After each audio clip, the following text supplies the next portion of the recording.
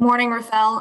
Can you start by just kind of explaining the philosophy behind the deal that you did yesterday, and then go into a little bit more detail about how Dennis Schroeder might play a role for you guys? Sure. Yeah, I mean, one of the things that we've tried really hard to do since I've been here is to work with our players and communicate well to them. And so when Daniel Theis's role changed within the team, he was great. He was a great veteran, but obviously, you know, he wants to play and he should play. He's a really good player. And as our team evolved, the fit with our scheme and the way we played wasn't perfect. So one of the discussions was we would look for ways to improve it. And so we had this trade deadline, and we were in constant communication with him. And he enjoyed the best years of his career in Boston. And and they very much obviously were very interested in bringing him back. And so then it just became a matter of making sure, you know, we wanted to do it to help him, but we also wanted to find something that we ended up with at the end of the day where we thought we were improved too. And so we're able to find this deal and make it work. As it relates to Dennis, I think he's just a really good basketball player and has been for years. And so this is an opportunity for us to get to know him and him to get to know us. And I think kind of the style of basketball we play is you know, we're depending upon how you measure it, we're either the fastest or one of the top 3 or 4 fastest teams in the NBA. And he's obviously electric in the open court, and he's above average defender. And so I think it's going to be a good fit, or I hope it's going to be a good fit. Again, both ways. And we're looking forward to I've had a couple of good conversations with him already, but we're looking forward to seeing how it works out.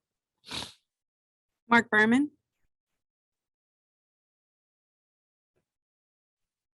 Hey, Rafael, generally speaking, were you close to anything other than this, maybe more significant at the deadline, and just were able to push it over the finish line? Anything like that at all?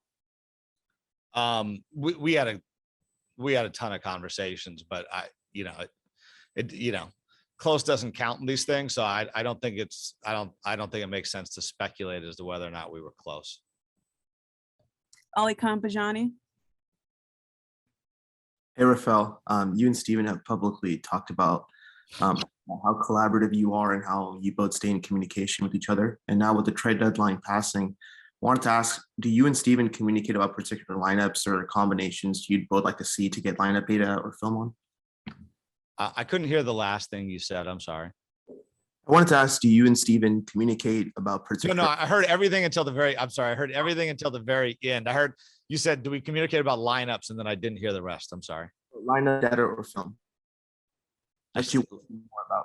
All right, I'm just going to end up lineups because for whatever reason, the rest is getting mixed. But we do collaborate. You know, I mean, lineups are an extraordinarily important part of what a coach does. So it's not that we don't communicate about those, but that's obviously his purview. I wouldn't tell Steven who to play. I mean, I wouldn't even try, and he wouldn't listen. So, but yes, we communicate about all of that stuff. And oh, maybe you're asking about lineup data or something like that. That we do have kind of a wealth of information that we provide.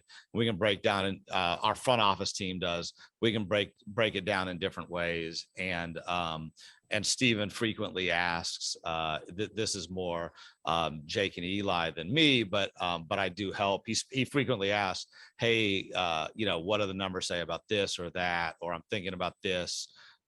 In the past, when we've gotten to it, maybe a little less, how effective has it been? Those types of things. We do try and be as collaborative as is possible.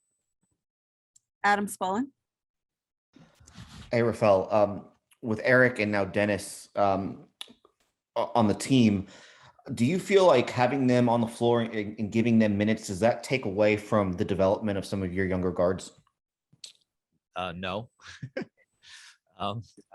I suppose you would like me to elaborate. A little bit. Yeah, no, I think Eric has been really, I think Eric's been extraordinarily helpful to the development of our guards.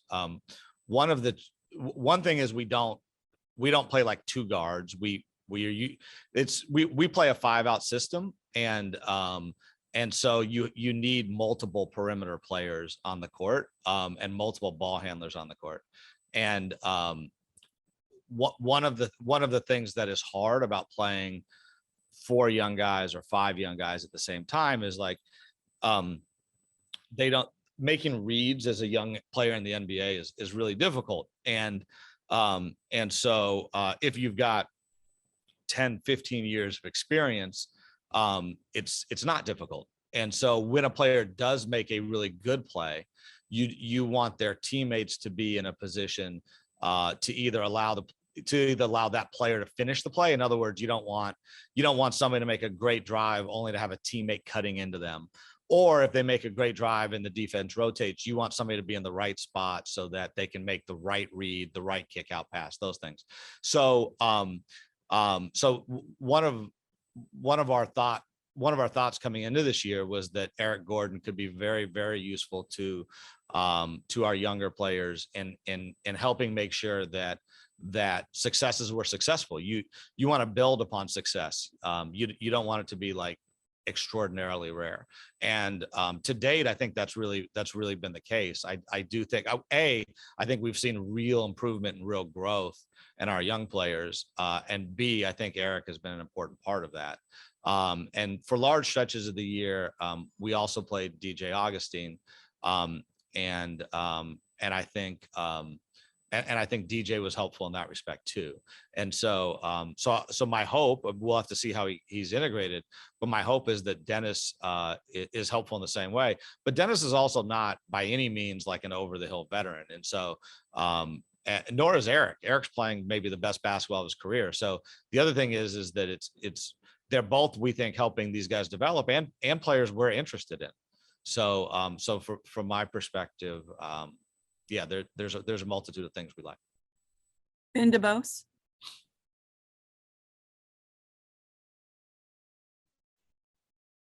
Ben. Sorry, I'm struggling to unmute myself. So when we talk about the young guards, one guy that hasn't come up yet is Jae'Sean Nix. And I know there's some people that wonder how he might fit in when you add a veteran like Schroeder. Steven said before the game yesterday that you had just raved about Nix to him of late and what he's shown you in the G League. Is there potentially a plan to get him some reps at the NBA level before the end of this season? So he's playing great. I'm actually going to go grab. He's actually here in town for some administrative things, not for anything basketball related. And he's stopping over there. The Vipers are on their way on a road trip, so he's going to go meet them. So we're going to go grab lunch. He's playing great. He's really happy. And he's just developing at an awesome rate. I would imagine at some point he will be. I mean, he's been on the court with the Rockets already. Like, it's not like. That's not a secret. And I would imagine we'll see that again. But there's not like a firm plan. He needs to do this. He needs to do that. Like, we're really, really happy with his development. And so there's no need to like interrupt that right now. And he's happy. That is one thing. Like he knows he's improved tremendously. He's really, really enjoying his experience. Like we're all very much in a good place right now with Jae'Sean, including Jae'Sean. Ari Alexander. Hi, Rafael. With the result of the trade, what was it fit related or what was it about DJ and Armani that kind of had them be the odd men out after the trade? Mostly it was, well, a lot of it is just contracts. Like, unfortunately, that's kind of the nature of the game. DJ's expiring and Armani didn't have, his deal didn't have any money going forward. So from our perspective, it made sense. And we had to, the deal came together really, really at the last second. And so we had to do a 3-for-1. If maybe we had all known we were going to do this trade 2 weeks ago, maybe we could have found a way to incorporate other teams so that we didn't have the same roster spot issues. But those were just the issues we had. And so, we did it. And those two guys weren't in the rotation currently.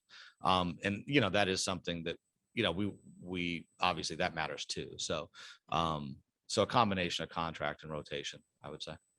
Thanks, Rafael. Saman Ali. Before Rafael. I go though, I will say on both those guys, like they're great. DJ's been an awesome vet and a really good locker room presence. He's just he's a Houstonian. DJ's gonna, I imagine, live here for the rest of his life with his family. And I'm thankful for the opportunity to really get to know him. And this is not goodbye. And then Armani again is I guess he's from Austin, but he's really a Houston kid at this point.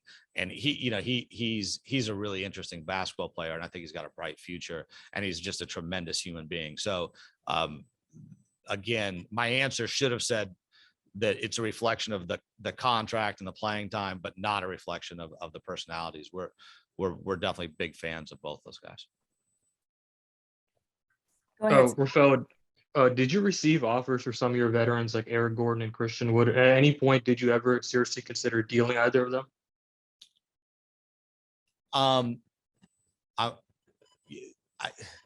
make it a habit not to comment on negotiations that don't happen. I will say though, to the first part of your question, the answer is yes.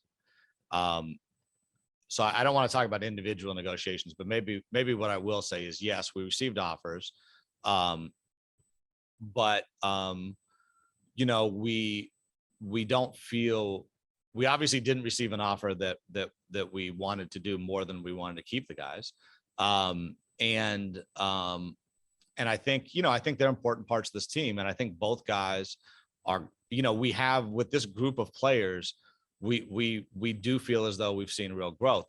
It's been uneven to say the least, but we do perceive there to have been real growth this year, and we think that this is that we kind of firmly believe that we're going to see a lot of internal growth with these guys, and so so notwithstanding the fact that we received offers, this by no means was this a situation where these guys have multiple years left on their deals, but B, we're not trying to shake things up just to shake things up. And so the mere fact that you get an offer, even if it's a good offer, doesn't mean you necessarily do it. Yeah, that's what I would say. Kaylee Griffin.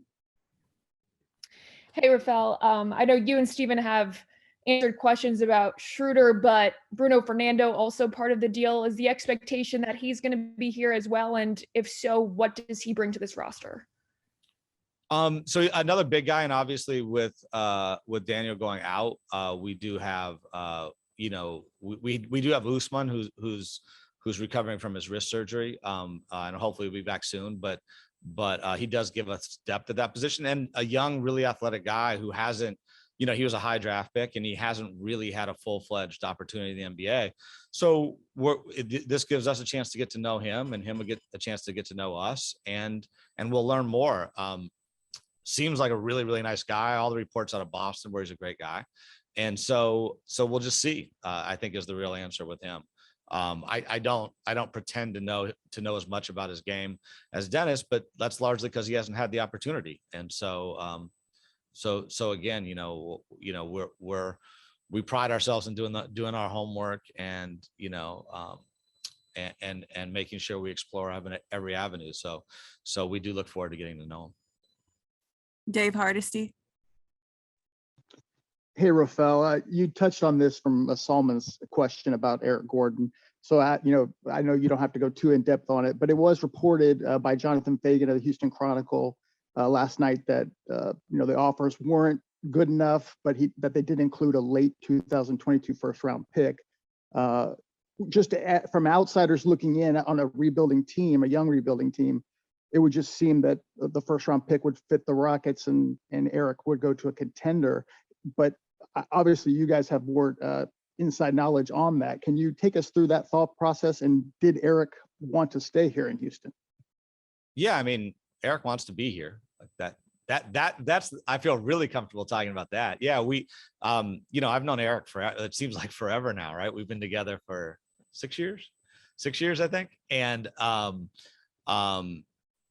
yeah, and I know Eric really well, and we talk personally, one-on-one frequently. And I've known his agent even longer. And so, yeah, like, Eric made it clear that, and this isn't like a one-time conversation. It's an iteration. And one of the cool things about the growth of this group has been, from the summer, and we set out a plan, or I set out a plan, to the team, one that I believe in, that Tillman believes in, and we've tried to be transparent with people, with our fans, with the media, with our players, and using Eric as an example, I think, rightfully so, he wanted to understand how he would fit in, and I think it's great that kind of whatever we are 9 months later, 6 months later, I don't know the exact time frame, that he feels good about the process, and he feels good about where we're at, and he likes this group of guys, and he enjoys this team, and he wants to be part of what I think he's bought in. I think he sees where we can go, and wants to be a part of it, and I think that's really cool. I think that's certainly the type of feedback you're hoping to get sitting in our shoes. Daniel Lerner. Last season, when he was with the Lakers, Dennis had said that he, at the time, was not vaccinated. Have you had discussions with him about that? I know the rest of your team is. Do you know if he's since gotten the shot? I actually do not know. We haven't even passed the physical and all that stuff. So I don't know any of those answers for any of the players at this stage in time. We will find that out over the next day or two. Okay, and then as far as his on-court fit, I know you obviously have a lot of assessing to do when it comes to that, but it seems Steven anticipated that he'd be able to kind of serve as a stabilizer for that second unit. But is there also a chance that while Eric remains out, that he could perhaps fit in there and see some more minutes with the starting guys? I mean, that's going to be a determination made by Steven. We'll take two more. Ben DeBose. Rafael, after last night's game, Kevin Porter Jr. had some really strong things to say about Eric as not just a player, but as a person, and the value that he's provided. How much do you take into account that kind of stuff? I'm sure you have conversations with these young guys like KPJ, like Jalen, that you're trying to develop. And if they're telling you that Eric is, important to them, how much do you take that into account when you're sort of balancing the I guess the potential forward-facing assets like a draft pick versus keeping Eric around? Yeah, I mean, we weigh everything, right? You have to, in any deal, in any business, you have to weigh everything. If you don't, you'll do a bad deal, and you can do bad deals just the same way you can do great deals based on hidden information or things that people don't know. People from the outside looking in might, why did they do that? And then it looks like a genius thing years later. Well, the same thing for bad deals. Everybody can say, oh, that's the smart thing to do. And then years later, it turned out it was really, really bad for you. So, we're in a business that is extraordinarily dependent upon human beings. That's the only thing we depend upon. Human beings are unpredictable and fallible and imperfect, myself especially, but very complicated. But because we're in that business, you should never think that, there's just one thing or it's a spreadsheet or anything else. And we don't. We try very, very hard to take everything into consideration. And then we do the best we can. And then we work really, whatever decision we make, we work really, really hard to make that decision the right decision for our group.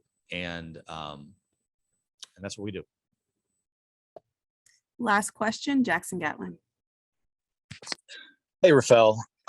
We focus a lot on the evaluation and growth of players and of coaching. So I'm curious, what is your own evaluation of yourself as the general manager, and any personal growth that you've kind of experienced in the time that you've spent as the GM? I don't know. I'm not maybe the most, I don't think about that a lot. I probably think more about what I have to do next a lot. But mostly I'd say incomplete. I mean, I think I feel very, very good and very, very comfortable about where we are. We are trying to build something that's really cool and very sustainable, and that will lead to tremendous success as a franchise. And I feel very good that we're doing that, and that have probably accelerated that timeline more than most people would have thought possible when we started 13 months ago. Having said that, until you've accomplished it, you haven't accomplished it. And so that's where I think we are. And I'd say, given that's kind of my focus and my job, when we've accomplished it, I'll say I was successful, assuming we do. And until then, I'll say, it hasn't been good enough yet. Like that, but by no means did we expect it to be done in 13 months. So I'd say we're on course, and I feel really, really good about it. And I do think organizationally, all of us feel good about it, from Tillman on down. Like, we know what we knew at the beginning of this what we were in for, and we feel good about our, about the process and about the pieces we put together. We really like this group, and we need to move forward with it. And everyone at every level, myself included, needs to do a better job on a going forward basis. Like it is about constantly improving internally for us. Thank you, Rafael. And thank you everyone for joining us. That concludes today's availability.